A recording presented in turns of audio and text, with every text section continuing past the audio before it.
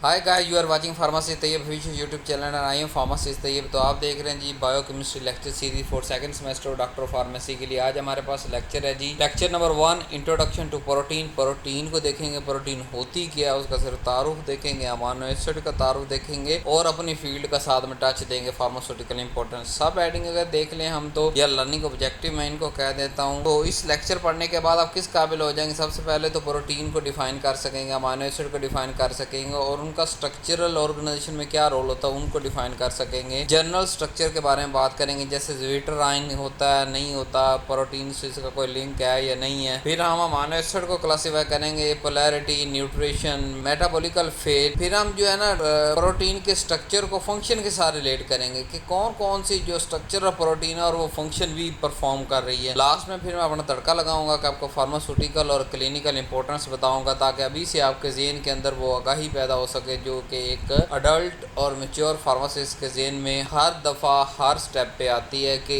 इसका मुझे ये क्लिनिकल और फार्मास्यूटिकल रोल मिलेगा कल को। और फिर क्योंकि ये बायोकेमिस्ट्री और सेकंड सेमेस्टर है, लेबॉर्ट्री टच हमें ज़रूर देना पड़ेगा, क्योंकि सबसे आखिर वाला जो चैप्टर है वो तो है ही लेबॉर्ट्री पे। तो अभी से मैं थोड़ा थोड़ा करके हर चैप्टर के साथ आपको लेबॉर्ट्री टच देता चला जाऊँगा, ताकि जैसे ही ये सीरीज़ ख़त्म हो और आखिरी चैप्टर हम पढ़ने लगे तो आपको लैब के बारे में काफ़ी सारी इन्फॉर्मेशन हो। Not a lab in your university, ये जो लेबॉर्ट्री में बात कर रहा हूँ जो हमारे हॉस्पिटल के अंदर होती है, जहाँ हम डायग्नोस्टिक टेस्ट कर, जैसे प्रोटीन डिटेक्शन, क्लिनिकल मार्कर्स कौन कौन से हैं। तो आए बगैर देरी के साथ लेक्चर स्टार्ट करते हैं अल्लाह के नाम के साथ। What is the amino acid? Amino acid क्या होता है? ये ऑर्गेनिक कंपाउंड है जिसके अंदर एक अमाइनो ग्रुप, एक कार्बोक्सिल ग्रुप, यानी अमाइनो मतलब NH2, कार्बोक्सिल मतलब COOH, और एक हाइड्रोजन और एक R ग्रुप लगाओ। That is a variable side chain. Variable मतलब हो सकता है एक कार्बन लगाओ, हो सकता है 100 कार्बन लगाओ। हमने क्या कहते हैं? वेरिएबल। और क्या साइड चेन है कि ये जो R है इसकी जगह भी सारे के सारे कार्बन लगेंगे, चाहे 16, 17, 20, 25, 30। तो ऐसा ऑर्गेनिक कंपाउंड जिसके अंदर अमाइनो ग्रुप भी हो, यानी NH2 ग्रुप एक लगाओ, COOH लगाओ, यानी कार्बोक्सिल ग्रुप, और एक हाइड्रोजन लगाओ कार्बन के साथ। और चौथे नंबर, क्योंकि कार्बन की 4 वैलेंसीज है ना, 4 चीज़ों के साथ एक वक्त में अटैच हो सकता है। तो एक अमाइनो हो गया, एक कार्बोक्सिल हो गया, एक हाइड्रोजन। तो चौथी जगह पे R लगाओ, यानी वेरिएबल। छोटे से लेके यानी कि 2 कार्बन से लेके हज़ारों कार्बन तक हम इसी एक R चेन की जगह पे लगा सकते हैं। अब ये जो है क्या अमाइनो एसिड, तो हमने पढ़ लिया एक छोटा ऑर्गेनिक कंपाउंड है। तो ये करता क्या है? ये बिल्डिंग ब्लॉक बनाता है प्रोटीन्स के, यानी प्रोटीन किस चीज़ के बने होते हैं? Amino acid. तो हमने प्रोटीन को समझना है, तो इसीलिए पहले सबसे पहले हम अमाइनो एसिड को पढ़ेंगे। इंडिविजुअल अमाइनो एसिड जो 1, 2, 4, 6 हम जब पढ़ लेंगे तो फिर हमें पता होगा अच्छा ये वाला और ये वाला अमाइनो एसिड जुड़ के फला वाली प्रोटीन बनी है। 2 से लेके हज़ारों अमाइनो एसिड आपस में जुड़ सकते हैं, और जो है वो जो अमाइनो एसिड जुड़ेंगे और एक पॉलीमर बनेगा, यानी एक से ज़्यादा अमाइनो एसिड जुड़े हुए होंगे एक दूसरे के साथ, उसको हम कह देंगे, उस पॉलीमर ऑफ अमाइनो एसिड को कह देंगे प्रोटीन। इसीलिए हम इसे क्या कहते हैं? बिल्डिंग ब्लॉक ऑफ प्रोटीन के। प्रोटीन के लिए ये बिल्डिंग ब्लॉक है, यानी कि सबसे छोटी चीज़ जो प्रोटीन बनने में काम आती है वो अमाइनो एसिड है। तो एक से ज़्यादा अमाइनो एसिड आपस में जुड़ के प्रोटीन बनाएंगे। अब कोर स्ट्रक्चर थोड़ा और डिटेल में कर देता हूँ। जैसे मैंने कहा ना कार्बन की 4 वैलेंसी है, तो जो सेंटर वाला कार्बन उसको हमने क्या दिया? Alpha carbon. ठीक है, उस अल्फा पे कार्बन के एक साइड पे अमाइनो लगा हुआ है, NH2 ग्रुप, एक साइड पे कार्बोक्सिल ग्रुप COOH, एक हाइड्रोजन और एक साइड चेन है। अब ये जो R चेन है ये बड़ा इंपॉर्टेंट है, अभी से आप याद रख लें। इसी R की बुनियाद पे हम पोलैरिटी मेजर करेंगे कि ये अमाइनो एसिड पोलर है, ये नॉन पोलर है। इसी पे हम चार्ज नोट करेंगे कि ये पॉजिटिवली चार्ज है या नेगेटिवली चार्ज है। इसी की बुनियाद पे हम फंक्शन डिफाइन करेंगे। अब लेट्स सपोज अगर 17 कार्बन चेन लगे हुए हैं, CH3 CH2 CH2 CH2 CH2, इस तरह 17 CH लगे हुए हैं, तो वो कोई ना कोई एक स्पेसिफिक अमाइनो एसिड बनेगा। उसका अपना स्पेसिफिक जो है वो फंक्शन होगा, या वो किसी स्पेसिफिक स्ट्रक्चर में इस्तेमाल होगा। अगर वहीं 17 की जगह 16 कार्बन जुड़े हों तो वो कोई और अमाइनो एसिड, उसका नाम और होगा, वो किसी और स्ट्रक्चर में काम आ रहा होगा, या उसका कोई और फंक्शन होगा। तो फंक्शन किस बुनियाद पे हम डिसाइड करते हैं? साइड चेन की बुनियाद पे। पोलैरिटी किस बुनियाद पे करते हैं? पर साइड चेन पे। और चार्ज पॉजिटिव या नेगेटिवली चार्ज अमाइनो एसिड जो वो भी हमने साइड चेन। ये देखें मैंने दोबारा स्ट्रक्चर बना दिया आपके आसानी के लिए। वो दरमियान वाला कार्बन अल्फा कार्बन इसका नाम रख दिया, और चारों तरफ मतलब 4 वैलेंसी, एक कार्बन मैक्सिमम चार्ज से अटैच हो सकता है। एक तरफ अमाइनो ग्रुप लगा हुआ NH2, दूसरी तरफ कार्बोक्सिल ग्रुप, ग्रुप लगा हुआ COOH, और ये इस तरह ऑपोजिट ही होंगे मतलब, और एक हाइड्रोजन लगा हुआ है वैलेंसी पूरी करने के लिए, और एक साथ में वेरिएबल साइड चेन R लगाई गई है। तो ये एक बेसिक अमीनो एसिड का स्ट्रक्चर है। इसी से हम सारे अमीनो एसिड बना लेंगे, क्योंकि हमें याद होगा फलाने अमीनो एसिड में इतने कार्बन जुड़े हुए हैं, या फलां जगह पे डबल, जैसे मतलब अगर 16 कार्बन तो मौजूद है लेकिन 12 और 13 कार्बन जो नंबर है साइड चेन वहाँ डबल बाउंड है, या एक से ज्यादा डबल बाउंड है। ठीक है, तो हम इस सादे जनरल स्ट्रक्चर को ध्यान में रखते हुए दुनिया का हर अमीनो एसिड ड्रा कर। अब प्रोटीन की बात कर लेते हैं। अमीनो एसिड तो हमें समझ आ गया, ऑर्गेनिक कंपाउंड जिसमें हाइड्रोजन, कार्बोक्सिल, अमाइनो, हाइड्रोजन और एक साइड चेन लगी हो, तो उसको हम कहते थे amino acid. What is the protein? High molecular weight polymer. Polymer मतलब एक से ज्यादा चीजें जुड़ी हुई हैं। कौन सी? Amino acid. एक से ज्यादा अमीनो एसिड जुड़ के एक हाई मॉलिक्यूलर वेट पॉलीमर बनाना, और एक खास स्पेसिफिक बाउंड के थ्रू या लिंकेज के थ्रू, जिसे हम कहते हैं पेप्टाइड बाउंड। ऐसे हाई मॉलिक्यूलर स्ट्रक्चर को हम कहते हैं प्रोटीन। प्रोटीन कोई नई चीज नहीं है, अमीनो एसिड ही जुड़ते हैं। अब उन जुड़ने का तरीका स्पेसिफिक है। हर अमीनो एसिड दूसरे अमीनो एसिड के साथ पेप्टाइड लिंकेज के थ्रू या पेप्टाइड बाउंड के थ्रू जुड़ता है। तो एक से ज्यादा अमीनो एसिड पेप्टाइड बाउंड के थ्रू जुड़कर, ठीक है, एक मॉलिक्यूलर हाई मॉलिक्यूलर वेट जो है वो सब्सटेंस बनाएगा, उसको हम क्या कहेंगे? प्रोटीन। अब ये जो पेप्टाइड बाउंड होता है ना, ये बड़ा मजेदार होता है। इसको हम कहते हैं जी कि दो अमीनो एसिड आपस में जब जुड़ते हैं ना, तो ये कंडेंसेशन रिएक्शन है। कंडेंसेशन जैसे हम 9th 10th में पढ़ के आ चुके हैं। हर वो रिएक्शन जिसमें वाटर यानी H2O का मॉलिक्यूल रिलीज हो, उसको हम कहते हैं कंडेंसेशन अमीनो एसिड। अब होता क्या है कि जब दो अमीनो एसिड जुड़ेंगे तो एक वाटर का मॉलिक्यूल निकलेगा। कहाँ से निकलेगा? अब हर अमीनो एसिड के पास एक अमीनो ग्रुप NH2 है, एक कार्बोक्सिल ग्रुप है। तो क्या होगा? जो कार्बोक्सिल ग्रुप यानी COOH का जो OH है वो वहां से निकलेगा, और अमीनो NH2 का एक हाइड्रोजन निकलेगा। तो OH निकला और H निकला, क्या बन गया? H2O, पानी बन गया, और साथ में हमारे पास CONH बाउंड बन गया। यानी जो NH2 था एक अमीनो एसिड का, उसने अपना एक हाइड्रोजन दे दिया, और दूसरे अमीनो एसिड के COOH था, उसने अपना OH दे दिया। बाकी क्या रह गया? CO। उधर क्या रह गया?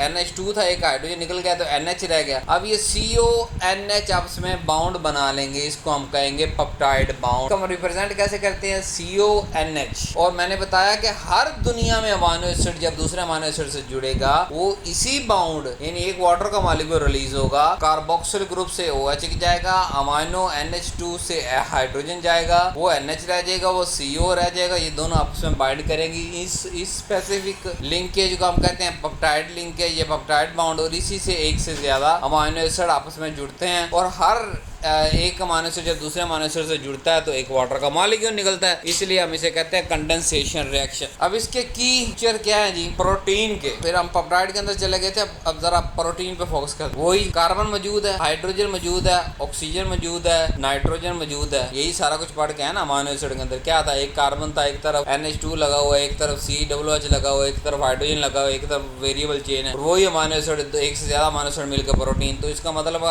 प्रोटीन के दौरान क्या होता है? कार्बन भी होगा, हाइड्रोजन भी होगा, ऑक्सीजन भी होगा, नाइट्रोजन, बट समटाइम S यानी सल्फर ग्रुप कुछ अमीनो एसिड के अंदर मौजूद होता है। ये अभी से आपको कंपोजिशन में पढ़ा रहा हूँ। अब कोई भी प्रोटीन है ना, वो स्पेसिफिक 3 डायमेंशन स्ट्रक्चर के अंदर फोल्ड होके रहती है, तो ही वो अपना स्ट्रक्चर फॉर्म कर। अगर वो 3 डायमेंशन स्पेसिफिक स्ट्रक्चर उसका ना हो, यानी किसी एक अमीनो एसिड में कोई खराबी आ गई या पूरे स्ट्रक्चर जो है वो डीनेचर हो गया, तो फोल्ड क्या होगा? अनफोल्ड हो जाएगा, या जो रिक्वायर्ड शेप है वो 3D स्पेसिफिक स्ट्रक्चर नहीं रहेगा, तो वो प्रोटीन भी फंक्शनल नहीं रहेगा। इसका मतलब क्या हुआ कि प्रोटीन का जो स्ट्रक्चर है वो फंक्शन को इफेक्ट करता है। अगर प्रोटीन का स्ट्रक्चर सही हुआ तो वो जो XYZ उसने फंक्शन परफॉर्म करना था वो फंक्शन परफॉर्म करेगा। अगर स्ट्रक्चर में डिफॉल्ट आ गया, अगर स्ट्रक्चर में डीनेचरेशन आ गई, तो वो पार्टिकुलर प्रोटीन कभी भी अपना वो XYZ फंक्शन परफॉर्म नहीं कर सकता। और कितना स्ट्रक्चर में चेंज, कि कोई लंबा चौड़ा चेंज नहीं आएगा, इवन माइनर सा चेंज स्ट्रक्चर में आ जाएगा तो पूरे का पूरा फंक्शन डिस्टर्ब हो जाएगा, क्योंकि स्ट्रक्चर चेंज हो गया। और वो जो स्पेसिफिक प्रोटीन का स्ट्रक्चर चेंज हुआ तो उससे क्या होगा? लॉस ऑफ फंक्शन हो जाएगा। इसे हम कहते हैं म्यूटेशन के तब्दीली या चेंजेस। ऐसी चेंजेस जो स्ट्रक्चर में आए और उसकी वजह से स्ट्रक्चर हो जाए डिस्ट्रॉय, खराब हो जाए और वो फंक्शन परफॉर्म ना कर पाए। अब अब प्रोटीन के अब स्ट्रक्चर फंक्शन रिलेशनशिप तो हमने पढ़ लिया जी कि अगर स्ट्रक्चर सही होगा फंक्शन सही होगा, अगर स्ट्रक्चर खराब फंक्शन खराब। अब हम फंक्शन के बारे में बात करते हैं कि ओवरऑल हमारे ज़हन में जब हम इंट्रोडक्शन प्रोटीन का पढ़ रहे हैं तो कौन से स्ट्रक्चर फंक्शन हमारे ज़हन में आना चाहिए। सबसे पहले स्ट्रक्चरल के बहुत सारे स्ट्रक्चर प्रोटीन से मिलकर बने हमारे बॉडी के अंदर, जैसे कोलाजन, कैरेटिन, एंजाइम प्रोटीन के मिलकर बने हुए हैं और ये क्या करते हैं, कैटालाइज करते हैं रिएक्शन को कैरी आउट करवाते हैं। ट्रांसपोर्ट प्रोटीन कार्य है, जैसे हीमोग्लोबिन। अब ये हीमोग्लोबिन क्या करती है, ऑक्सीजन को अपने साथ बाइंड करती है और पूरे खून के अंदर रेड ब्लड सेल के अंदर हीमोग्लोबिन होती है ना, वो फिर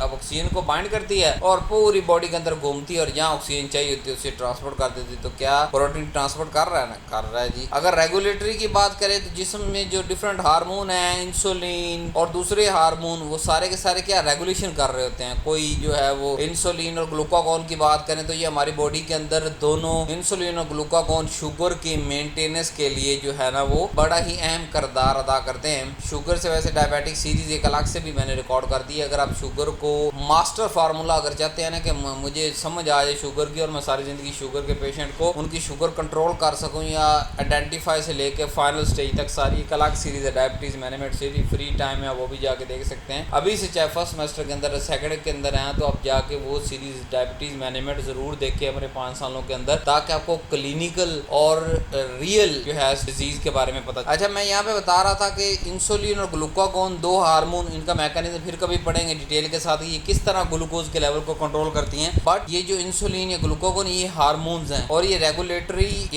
कर रही है ना लेवल अप डाउन ग्लूकोज का और दूसरी बॉडी फंक्शन करवा रही है। डिफेंसिव की बात करें तो ये डिफेंड भी करती है। हमारा डिफेंस सिस्टम एंटीबॉडीज किस चीज की बनी हुई, प्रोटीन की बनी हुई। तो ये 5-6 जो है वो आपको मेजर जो है फंक्शन याद होने चाहिए। अब फार्मास्यूटिकल पॉइंट ऑफ व्यू से बात करें, हम फार्मासिस्ट हैं तो फार्मास्यूटिकल पॉइंट ऑफ व्यू से तो बात करनी पड़ेगी। बहुत सारी ड्रग जो है वो टारगेट करती हैं हमारी बॉडी के अंदर जाके प्रोटीन को ही, यानी हमने बाहर से ड्रग दी और वो अंदर जाके किसको इंटरेक्ट कर रही है, अपना रिएक्शन कैसे करवा रही है, किसी प्रोटीन के साथ बाइंड होके, जैसे रिसेप्टर, जैसे एंजाइम। अब रिसेप्टर भी प्रोटीन, एंजाइम भी प्रोटीन। अब हर वो ड्रग या बहुत सारी ड्रग जो अंदर जाके किसी XYZ रिसेप्टर या एंजाइम पे बाइंड होके कोई फंक्शन कैरी आउट करवा रही, कोई थेराप्यूटिक आउटपुट लेके आ रही। थेराप्यूटिक आउटपुट का मतलब यह है कि वो बीमारी को कम कर रही है या वक्त के साथ साथ बीमारी को खत्म कर रही है, तो वो थ्रो प्रोटीन ही हो रहा है ना। अगर वो रिसेप्टर या वो एंजाइम जो प्रोटीन का बना हो वो वहाँ मौजूद ना होता तो हमारी ड्रग काम करती नहीं करती। जैसे मिसाल ACE इनहिबिटर,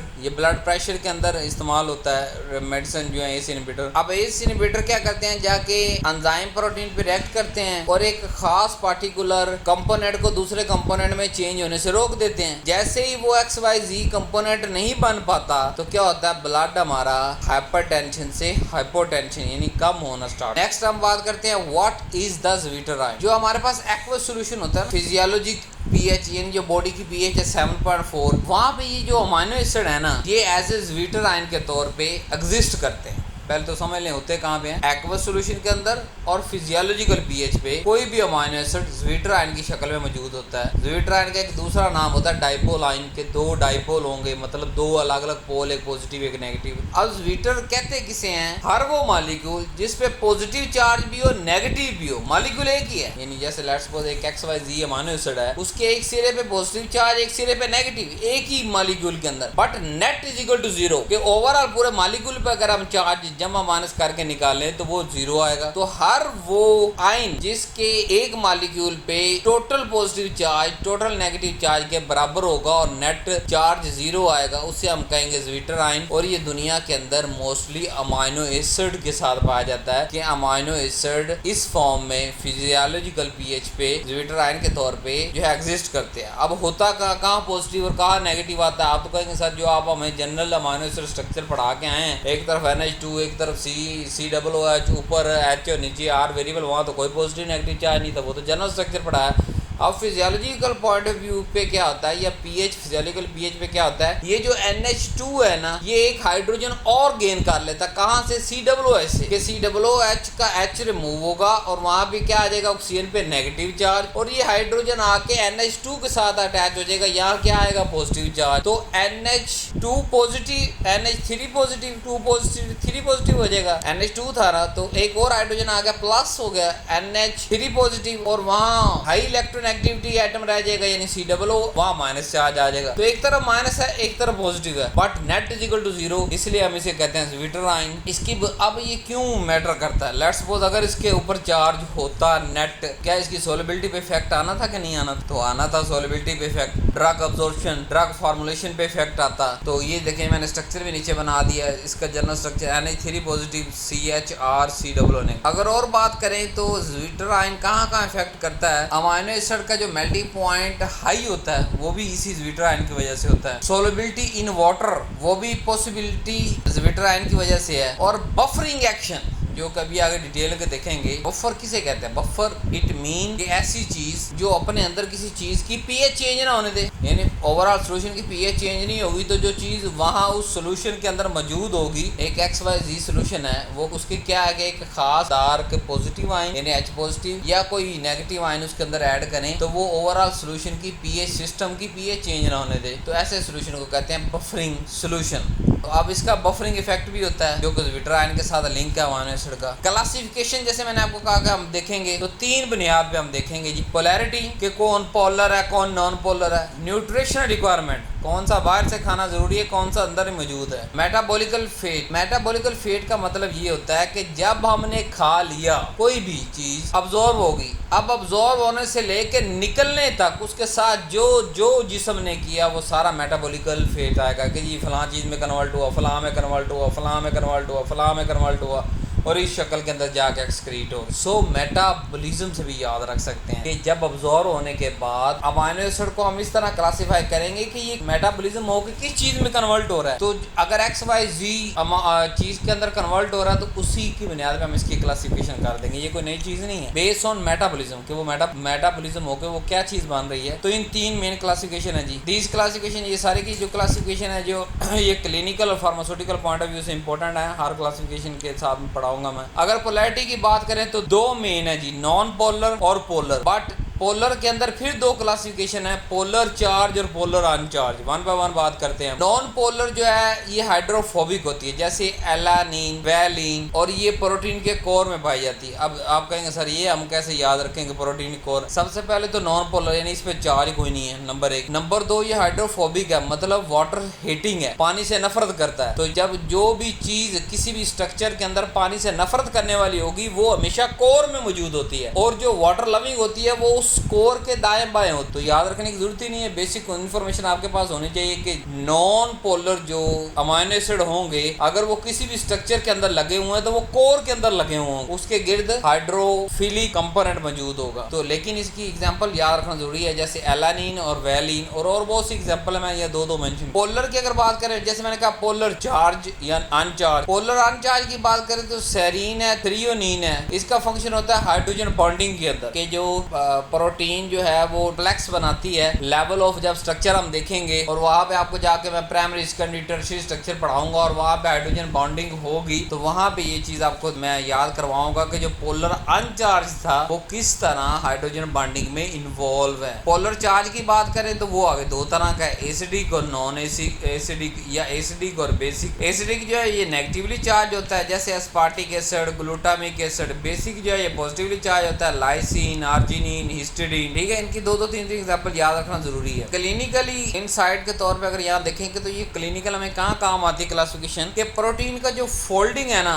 अगर उसमें डिफेक्ट आ गया है ना तो डिजीज होना मस्ट है। जैसे मैंने आपको कहा ना कि नॉन पोलर कोर में होगा। लेट्स सपोज अगर कोई ऐसी चेंजिंग आई कि नॉन पोलर बाहर आ गया, उस कोर के अंदर नहीं रहा, उसकी फोल्डिंग ऐसी हुई कि ये बाहर, तो वो तो वैसे हाइड्रोफोबिक है, वो तो वैसे वाटर हीटिंग है, वो तो वाटर के साथ स्टेबलाइज हो ही नहीं सकता। तो जब वो वाटर के साथ स्टेबलाइज नहीं हो सकता तो क्या स्ट्रक्चर मेंटेन रहेगा? क्या स्ट्रक्चर अपना फंक्शन परफॉर्म करेगा? क्या स्ट्रक्चर इस काबिल रह सकता है कि वो आगे कोई जो है स्टेबिलिटी शो कर सके? हरगिज नहीं। सो प्रोटीन की फोल्डिंग, वैसे तो हम लेवल ऑफ जो इसकी है स्ट्रक्चर प्राइमरी सेकेंडरी टर्शियरी वहां जाके डिटेल में बात करेंगे, बट हर जगह फोकस करने का, हर जगह आपको बार बार बताने का मकसद ये है ताकि आपके ज़हन में ये बात ज़हन नशीन हो ये देखिए मैंने सारे यहाँ पे अटैच कर दिए हैं। लेट्स सपोज अगर आप देखना चाहते हैं कि कौन सा नॉन पोलर है, कौन सा पोलर है, किस पे जो है वो पोलर एसिडिक कौन सा है, पोलर बेसिक कौन सा है, यहाँ वीडियो पास कर आप कुछ स्ट्रक्चर देखना चाहते हैं या ड्रा करना चाहते हैं या याद करना चाहते हैं तो ये बड़ी अच्छी बात होगी और आपको जो है वो ये याद भी होने चाहिए, क्योंकि वाइवा क्वेश्चन के अंदर इनमें से एक दो अगर आपसे ड्रा करवाए जाए तो आपको पहले तो ये पता होना चाहिए कि ये पोलर है या नॉन पोलर है, फिर एसिडिक है या बेसिक है, ठीक है। फिर अगर स्ट्रक्चर भी आप ड्रा कर लेते हैं तो मोस्ट वेलकम, बड़ा ही अच्छा साइन है। हो सकता है इसी एक दो स्ट्रक्चर बनाने पे आपके वाइवे के पूरे नंबर दे दिए जाएं। दूसरी क्लासिफिकेशन न्यूट्रिशन रिक्वायरमेंट, के खुराक के अंदर कौन से अमीनो एसिड जरूरी हैं कौन से नहीं, उसकी बुनियाद पे हमने दो नाम दिए, एसेंशियल और नॉन एसेंशियल। नाम से जाहिर है एसेंशियल मतलब ऐसे अमीनो एसिड जो हमारी बॉडी के अंदर नहीं बनते, ना ही कन्वर्ट होते हैं, ना ही किसी फॉर्म में ऐसे आते हैं कि वो इस्तेमाल हो सके। तो इसका मतलब ये है कि ये डाइट के अंदर हमें लेने पड़ेंगे, तो must be taken in diet, तो इसीलिए इन्हें कहते हैं एसेंशियल, जरूरी अमीनो एसिड, जैसे ल्यूसीन या लाइसिन। नॉन एसेंशियल की बात करें जो बॉडी खुद भी बना लेती है किसी न किसी मेटाबॉलिज्म के थ्रू, जैसे ग्लाइसिन और एलानिन। तो जब भी हम कोई न्यूट्रिशन डिसाइड कर रहे होते हैं बच्चों की, जब भी हम कोई कोमे के अंदर मरीज होता है उसकी न्यूट्रिशन डिसाइड कर रहे होते हैं, जब कोई ऐसा जो बुजुर्ग इंसान है उसकी डाइट को हम जो है वो कैलकुलेट कर रहे होते हैं, तो हम नॉन एसेंशियल को सामने नहीं रखते, हम एसेंशियल अमीनो एसिड जो है उनको सामने रख के उनकी डाइट प्लान बनाते हैं कि उन्होंने क्या क्या खाना है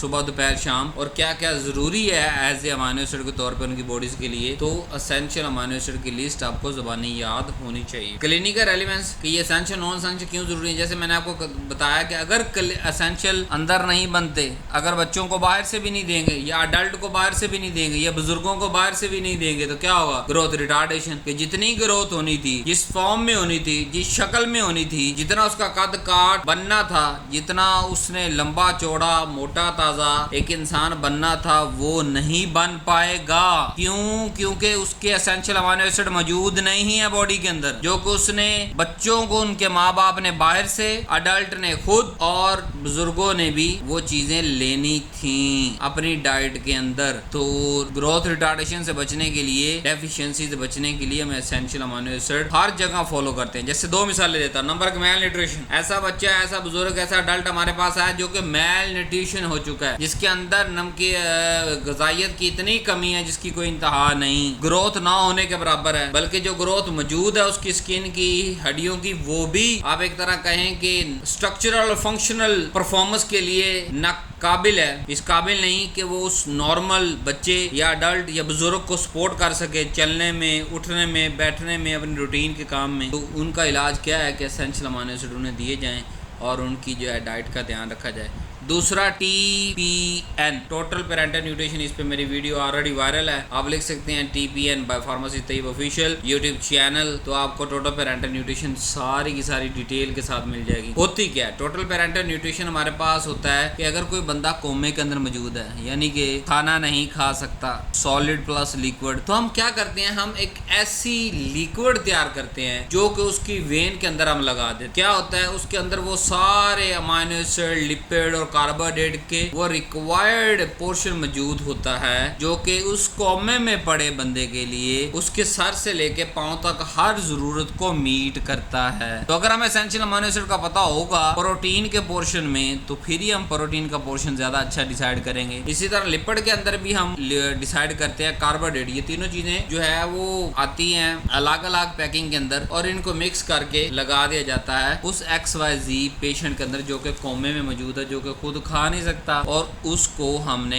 थ्रो ब्लड सर्कुलेशन जो हमारी बॉडी के अंदर मौजूद है या पेरेंटल रूट जिसको हम कहते हैं, उसके थ्रू न्यूट्रिशन देने के नाम को टोटल पेरेंटल न्यूट्रिशन कहते हैं। तो टोटल पेरेंटल न्यूट्रिशन किस बुनियाद पे डिसाइड हो रहा है, एसेंशियल या नॉन। अगर प्रोटीन की बात करें, लिपिड की अलग क्लासिफिकेशन है, अलग अमाउंट है, और कार्बोहाइड्रेट की अलग अमाउंट। तीसरा और मेन जो क्लासिफिकेशन है जी मेटाबॉलिकल फेज, कि इसका मुकद्दर क्या बनेगा, अब अब्जॉर्ब तो हो गया और किस शक्ल में इसने मेटाबोलाइज होना है। अगर वो मेटाबॉलिज्म जिस जिस शक्ल में होगा फाइनल प्रोडक्ट की बुनियाद पे उसी को नाम दे देंगे। जैसे मिसाल ग्लूकोजेनिक अमाइनो एसिड, ग्लूकोजेनिक मतलब कन्वर्ट इनटू ग्लूकोज। हर वो अमाइनो एसिड जो किसी न किसी मेटाबॉलिज्म के बाद फाइनल शक्ल ग्लूकोज की इख्तियार कर ले उसको हम कहते हैं ग्लूकोजेनिक अमाइनो एसिड। और ये फास्टिंग में बड़ा काम आता है कि जब हम भूखे रह रहे होते हैं या हमें भूखमरी का शौक हो जाता है, उस वक्त ये जो अमाइनो एसिड हैं ये फिर लास्ट स्टेज के अंदर जाके मेटाबोलाइज होके ग्लूकोज जो कि हमारा बेसिक बॉडी सोर्स है, हमारा फ्यूल है, ह्यूमन का जो बेसिक फंक्शनल फ्यूल है जिसकी पूरी बॉडी जिंदा है, हर सेल को चाहिए, वो ग्लूकोज है। तो वो अमाइनो एसिड को टूट के भी मिलना शुरू हो जाता है। कीटोजेनिक की बात करें तो अगर अमाइनो एसिड से कीटोन बॉडीज बन रही हैं तो ऐसे अमाइनो एसिड को हम जो है वो कीटोजेनिक अमाइनो एसिड कहेंगे, जैसे ल्यूसीन, लाइसिन। यहाँ एक बात थोड़ा याद रख लें कि कीटो बॉडीज जो बनती है ना ये थोड़ी सी डेंजरस होती हैं। जैसे कि हम सेमेस्टर 1 के अंदर पढ़ के आ चुके हैं, पूरी मैंने आपको पढ़ाया कि कौन कौन से जो है वो स्पेसिफिक डिजीज सिर्फ इससे कीटोन बॉडीज होने की वजह से बन सकते हैं, किस तरह पीएच ब्लड की बढ़ती है, कम होती है, और किस तरह जो है डिफरेंट डिजीज के हम जा सकते हैं। लेकिन यहाँ एज ए क्लासिफिकेशन आपको पता होना चाहिए कि हाँ कुछ अमाइनो एसिड ऐसे भी हैं जो कि कीटोन बॉडीज में बदलते हैं और इट गिव द एनर्जी में भी डिफरेंस होता है कि जो ग्लूकोज हमें बेसिक एनर्जी प्रोवाइडर है वैसे कीटोन बॉडीज एनर्जी प्रोवाइडर उस हिसाब से नहीं है। अब कुछ ऐसे हैं जो दोनों हैं, यानी मेटाबॉलिज्म पे डिपेंड करता है कि उन्हें उसे ग्लूकोज बना दे या कीटोन बॉडी बना दे। वो है आइसोल्यूसिन, टायरोसिन और फिनाइलएलानिन। देखिए हर जगह पे मैंने 2-2, 3-3 एग्जांपल्स आपके लिए ढूंढ के रखी हुई हैं। खुदारा यही चाहे एग्जांपल 2-2, 3-3 बुक के अंदर, तो फिर जो मैंने लिखी है उसके अंदर तो फिर काफी सारे एग्जांपल हैं हर जगह पे, लेकिन ये 2-2, 3-3 आप याद जरूर रखिएगा, चाहे ये चाहे कोई और। तो ये 3 तरह क्लासिफिकेशन थी मेटाबॉलिज्म की बुनियाद पे। अब इसका फार्मास्यूटिकल का लिंक देखते हैं कि जैसे डायबिटीज, तो डायबिटीज के अंदर हम ग्लूकोज को रेगुलेट कर रहे होते हैं। तो अगर एक ऐसी कंडीशन आती है जब अमाइनो एसिड से ग्लूकोज बन रहा होता है तो उसके दौरान भी तो हमें फिर ये चीज ध्यान में रखनी है कि सिर्फ कार्बोहाइड्रेट ग्लूकोज नहीं दे रहा, बल्कि अगर कार्बोहाइड्रेट की कोई शॉर्टेज करेंगे तो अमाइनो एसिड से भी ग्लूकोज बन सकता है। दूसरा स्टारवेशन थेरेपी। स्टारवेशन किसे कहते हैं? सीवियर डेफिशिएंसी ऑफ फूड, यानी कि एक लंबे पीरियड, एक लंबे अरसे तक बॉडी को एनर्जी और न्यूट्रिशन ना मिलने के नाम को कि वो अपनी बुनियादी जरूरियात पूरी कर सके, उसे कहते हैं स्टारवेशन। अब जब वो स्टारवेशन में कुछ मंथ या कुछ डेज या कुछ साल कोई पर्सन वहां पे इलाके की नोयत की वजह से गुजारता है स्टारवेशन के अंदर कि उसकी पूरी बॉडी को एक बुनियादी जरूरी न्यूट्रिशन नहीं मिलती, तो उसकी हम फिर थेरेपी जब तैयार करते हैं वहां हमारे पास ये ग्लूकोज और कीटोजेनिक अमाइनो एसिड्स की अंडरस्टैंडिंग बड़ी काम आती है। और हम देखते हैं कि इसके अंदर अच्छा कीटोन बॉडीज तो नहीं बहुत ज्यादा बढ़ गई उस हवाले से, क्योंकि स्टारवेशन के बाद वेट लॉस हो रहा होता है, weakness, fatigue, loss of muscle mass और बहुत सारे बॉडी फंक्शन स्लो हो जाते हैं। सीवियर केस के अंदर तो बाद दफा बहुत सारे ऑर्गन फेलियर्स हो जाते हैं और इवन डेथ भी अकर हो जाती है। तो उन सारी से अगर रिकवरी करने के लिए हमें ये अमाइनो एसिड का भी अपने ज़हन में रखना। फिर मेटाबॉलिकल डिसऑर्डर, बाज दफा किसी भी चीज का, जैसे अमाइनो एसिड की बात करें, प्रोटीन की बात करें, तो इनका मेटाबॉलिज्म सही ना होने की वजह से या कोई एक स्टेप मिसिंग होने की वजह से, वो फाइनल प्रोडक्ट ना बनने की वजह से, तो वो क्या होता है कि वो तो एक आधा स्टेप चाहे लास्ट वाला, चाहे दरमियान में, चाहे फर्स्ट में मेटाबॉलिज्म का नहीं हो रहा, तो क्या हो रहा है कि उससे जो चीजें बन रही हैं वो जो फाइनल प्रोडक्ट बनना था वो तो नहीं बन रहा। अगर वो बॉडी को चाहिए तो उसकी कमी हो जाएगी। अगर उसे एज एक्सक्रीट करना था, यानी बॉडी ने बाहर निकाल के फेंक देना था, तो तब भी नहीं निकाल पाएगा जब फाइनल फॉर्म बनेगी नहीं। तो मेटाबॉलिकल डिसऑर्डर बड़े इंपॉर्टेंट होते हैं कि अगर मेटाबॉलिज्म की वजह से, मेटाबॉलिज्म के किसी भी स्टेप की वजह से वो फाइनल प्रोडक्ट जो बनना था, चाहे उसने किसी जगह पे काम आना था या चाहे वो सिर्फ एक्सक्रीट ही होना था ब्लड के यूरिन के अंदर, तो वो नहीं हो पाता, तो एक खास इंटरमीडिएट, यानी जो ना रिएक्टेंट है ना प्रोडक्ट है, उसकी लेवल बहुत ज्यादा बढ़ जाता है बॉडी के अंदर, वो कोई ना कोई सिम्टम्स अपीयर हो जाते हैं। तो ऐसे डिसऑर्डर जो बॉडी के अंदर पैदा होते हैं उसे कहते हैं मेटाबॉलिकल डिस। थेरापेटिक इंपॉर्टेंस ऑफ प्रोटीन की अगर बात करें तो थेरापेटिक प्रोटीन जो है, जैसे इंसुलिन है तो डायबिटीज में काम आएगी। इंसुलिन क्या प्रोटीन है ना, डायबिटीज शुगर है, यानी कि ऐसी प्रोटीन जो कि बीमारी कम या बीमारी खत्म करने के लिए इस्तेमाल हो रही है, उसे कहते हैं therapy. Monoclonal antibodies cancer therapy में इस्तेमाल हो रही है। मोनोक्लोनल एंटीबॉडीज क्या है? एंटीबॉडीज में पढ़ा क्या, ये प्रोटीन है। ड्रग टारगेट, जैसे बहुत सारे हमारी बॉडी के अंदर एंजाइम और रिसेप्टर्स प्रोटीन के बने हुए हैं, तो वो ड्रग के टारगेट होते हैं, जाकर उसी प्रोटीन पे बाइंड होना और अपना काम करना है, थेरेप्यूटिक आउटकम लेके आने। ड्रग डिलीवरी जैसे एल्ब्यूमिन यूज होता है एज ए ड्रग कैरियर के तौर पे, खुद एल्ब्यूमिन ने जाकर कुछ नहीं करना, लेकिन अब ये कुछ खास स्पेसिफिक ड्रग को बॉडी के अंदर ना सिर्फ अब्सॉर्ब बल्कि जो है वो रिक्वायर साइट ऑफ एक्शन तक लेके जाना ड्रग डिलीवरी का फिनोमेना है, जहां उसने जाके काम करना है। तो एज ए ड्रग कैरियर के तौर पे भी प्रोटीन काम करती है जी। फार्मास्यूटिकल पॉइंट ऑफ व्यू यानी मेडिसिन बनाने से लेके बेचने तक और इंडिविजुअल को यूज करवाने तक के अंदर अमीनो एसिड की क्या अहमियत है। नंबर एक, ड्रग फार्मूलेशन, यानी अगर हम ड्रग बना रहे हैं उस फार्मूलेशन के दौरान सोलबिलिटी को इनहांस करना, स्टेबिलिटी को इनहांस करने के लिए भी अमीनो एसिड हम यूज करते हैं। क्लिनिकल न्यूट्रिशन जैसे आईवी अमीनो एसिड सॉल्यूशन, मैं टीपीएन टोटल पैरेंटल न्यूट्रिशन के अंदर पढ़ा के आ चुका हूँ। एक बंदा पढ़े कोमे के अंदर है, अब उसे प्रोटीन का पोर्शन तो देना है ना, ताकि उसकी जो प्रोटीन है बॉडी के अंदर जो है वो कम ना हो सके, तो वहाँ का ये काम होता है। डिजीज मैनेजमेंट की बात करें जैसे टायरोसिन न्यूरोट्रांसमीटर है, तो ये भी अमीनो एसिड है, अगर इसकी कमी हो जाती है तो बाहर से देना पड़ेगा। इसी तरह ट्रिप्टोफेन, सेरोटोनिन। अब लैब एंड डायग्नोस्टिक रेलेवेंस की मैं बात करता हूँ, क्योंकि मैंने आपको कहा ना कि हर टॉपिक के अंदर थोड़ा थोड़ा टच देते जाएंगे तो एंड पे जो पूरा चैप्टर है वो इजीली हमारा कंप्लीट हो। प्रोटीन की फिर टच देते हैं, जो हमारा लेक्चर है। प्रोटीन को पहचानने के 3 बुनियादी टेस्ट हैं जी, ब्यूरेट टेस्ट, निनहाइड्रिन टेस्ट और ज़ैंथोप्रोटिक टेस्ट। ये उम्मीद है अभी हो सकता है आपने अभी तक अपने हाथों से कर भी लिए हों। देखो फर्स्ट सेमेस्टर के अंदर जो है ना वो, या सेकंड सेमेस्टर की शुरू की क्लासेस के अंदर ये टेस्ट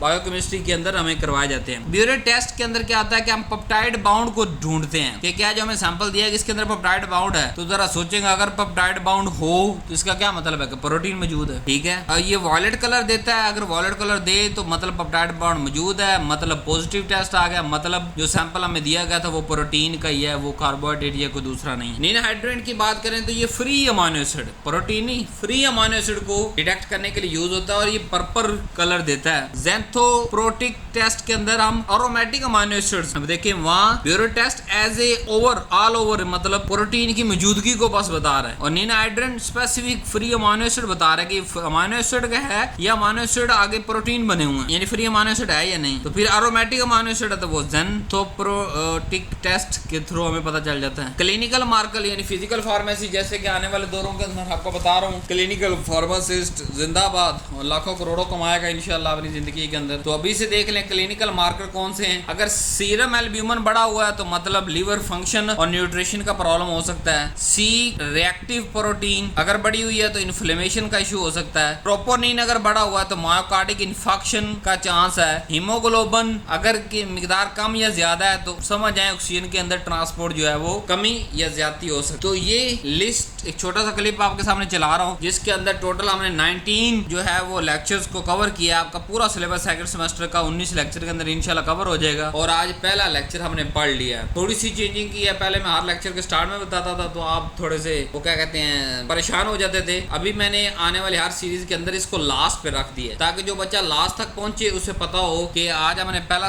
लेक्चर पढ़ लिया। नीचे इसी सीरीज के अंदर 18 लेक्चर और मौजूद हैं, यानी टोटल 19 लेक्चर मौजूद हैं। आपका second semester doctor of pharmacy का कवर हो जाएगा। ये सिलेबस और ये टाइटल्स ऑलरेडी आपके सामने आ रहे हैं। अगर कोई नहीं मिल रहा, जैसे मिसाल 10 वाला आपने basic of nucleic acid search करना तो आप लिखे basic of nucleic acid by pharmacist Taiyab official, pharmaceutical application by pharmacist Taiyab, introduction to enzyme by pharmacist Taiyab. आगे मेरे चैनल का नाम लगाएं, आपको ये टॉपिक पटक करके निकल के सामने आ जाएगा। नहीं तो इसी सीरीज के अंदर, क्योंकि आप यूट्यूब ने मेरी सीरीज को एज ए कोर्स डिक्लेयर कर दिया, कोर्स के तौर पे शो हो रहा है और खुद ही आपको रिकमेंड कर रहा होगा कि ये पहली वीडियो, ये दूसरी, ये तीसरी, ये चौथी। अगर इस वीडियो तक आपको पहुंच गए तो यूट्यूब आपको इंशाल्लाह 19 वीडियोस दिखा के इस चैनल से जाने देगा जी। तो सिलेबस बताना जरूरी होता है ताकि आपको पता चल सके। और नेक्स्ट खुशखबरी कि ये जो बायोकेमिस्ट्री सेकंड जिसकी सीरीज का पहला लेक्चर आप देख चुके हैं, इसकी इस वक्त तक जब तक रिकॉर्डिंग कर रहा हूँ तो ये बुक पब्लिश हो चुकी है। बुक सॉफ्ट फॉर्म में वेबसाइट पे मौजूद है और तकरीबन 150 प्लस स्टूडेंट इसको इसी सेमेस्टर के अंदर इस्तेमाल करके 150 स्टूडेंट्स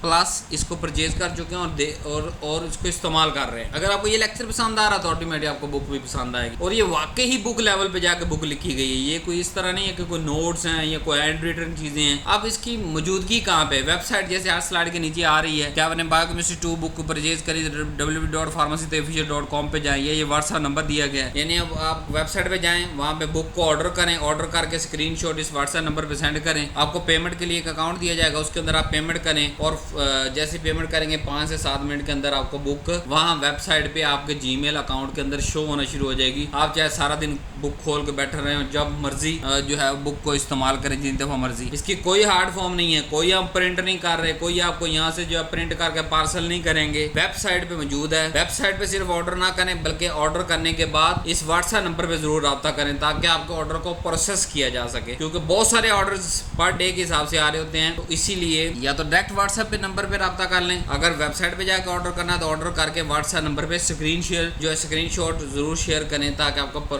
जो है ना वो ऑर्डर को प्रोसेस किया जा सके। इसी तरह फर्स्ट सेमेस्टर की सारी बुक्स अवेलेबल हैं और सेकंड की जो अगर बायोकेमिस्ट्री तो चलो देख रहे हैं इसलिए बायोकेमिस्ट्री यहाँ मैंने अटैच कर दी। जो बाकी बुक्स हैं सेकंड सेमेस्टर की, फिजियोलॉजी, अनाटॉमी, फिजिकल फार्मेसी, वो भी सारी अवेलेबल है। तो वेबसाइट पे विजिट करके वहाँ आपको जो जो बुक चाहिए उसका स्क्रीनशॉट लें, व्हाट्सएप पे फेंकें और उसकी आपको जो है प्राइस एक फिक्स प्राइस है उसको आप पे करें और बुक की एक्सेस 2 से 4 मिनट के अंदर आपको मिल जाएगी जैसे आप पेमेंट करेंगे। और उसको अभी से इस्तेमाल करना शुरू करें, ना कोई एक हफ्ते का इंतज़ार के प्रिंट होगी आप तक पहुंचेगी। आज जनाब अली फ़लाँ शहर जो है वो बंद है, आज फ़लाँ शहर बंद है, फ़लाँ जगह की ट्रांसपोर्ट बंद है। तो उन सारी चीज़ों से आपको झंझट से छुड़ा के फिर दूसरा बुक की प्राइस बड़ी नॉमिनल होगी। अगर यही मैं छुपवा के मतलब आप लोगों को सेंड करूँ तो ये 2500 से 3000 की तरफ से शिफ्ट हो जाएगा। कलर डायग्राम उस तरह से नहीं आएंगी, जितनी लेंथ में किताब के रखना चाह रहा हूँ उतनी तरह से नहीं। एक लिमिटेड एडिशन मुझे छापना पड़ेगा, लेकिन ऑनलाइन की वजह से क्या है कि मैं दिल खोल के लिख रहा हूँ और जो है कलर डायग्राम्स अटैच कर रहा हूँ आपके न्यू अपडेटेड सिलेबस के मुताबिक। जो है इसका कवर ये सामने आपके लगाया हुआ है मैंने। तो ज़रूर अब लास्ट में सिर्फ एक ही रिक्वेस्ट कि चैनल ज़रूर सब्सक्राइब करें, वीडियो को ज़रूर लाइक करें, प्लस किसी प्लेटफॉर्म पे अगर आपने शेयर करना चाहते हैं करें, नहीं करना चाहते ना करें, लेकिन अपने व्हाट्सएप ग्रुप जो कि आपका प्राइवेट हो सकता है, पर्सनल हो सकता है, पब्लिक हो सकता है, उस क्लास के साथ जिस क्लास के साथ आप बैठ के पढ़ रहे हैं उसके साथ ये लेक्चर ज़रूर शेयर करें ताकि अगर आपका भला हो रहा है तो किसी 4 बंदों को और का भला हो सके। जब आप मिल के पढ़ेंगे, मिल के जो है हम चीज़ों को समझेंगे तो हम चीज़ों को ज़्यादा अच्छा डिफाइन कर सकते हैं, ज़्यादा अच्छा समझ सकते हैं। हो सकता है कि एक टॉपिक किसी को ज़्यादा अच्छा समझ आ जाए, दूसरा किसी और को। दोनों स्टूडेंट जब बैठ के दोनों चैप्टर्स को अच्छा तैयार कर सकते हैं। तो लेक्चर कुछ मिस हो रहा हो तो उसको दोबारा रिवाइज करनी, तो आए नेक्स्ट लेक्चर के अंदर मुलाकात होती है जी। अल्लाह हाफिज़, थैंक यू वेरी मच।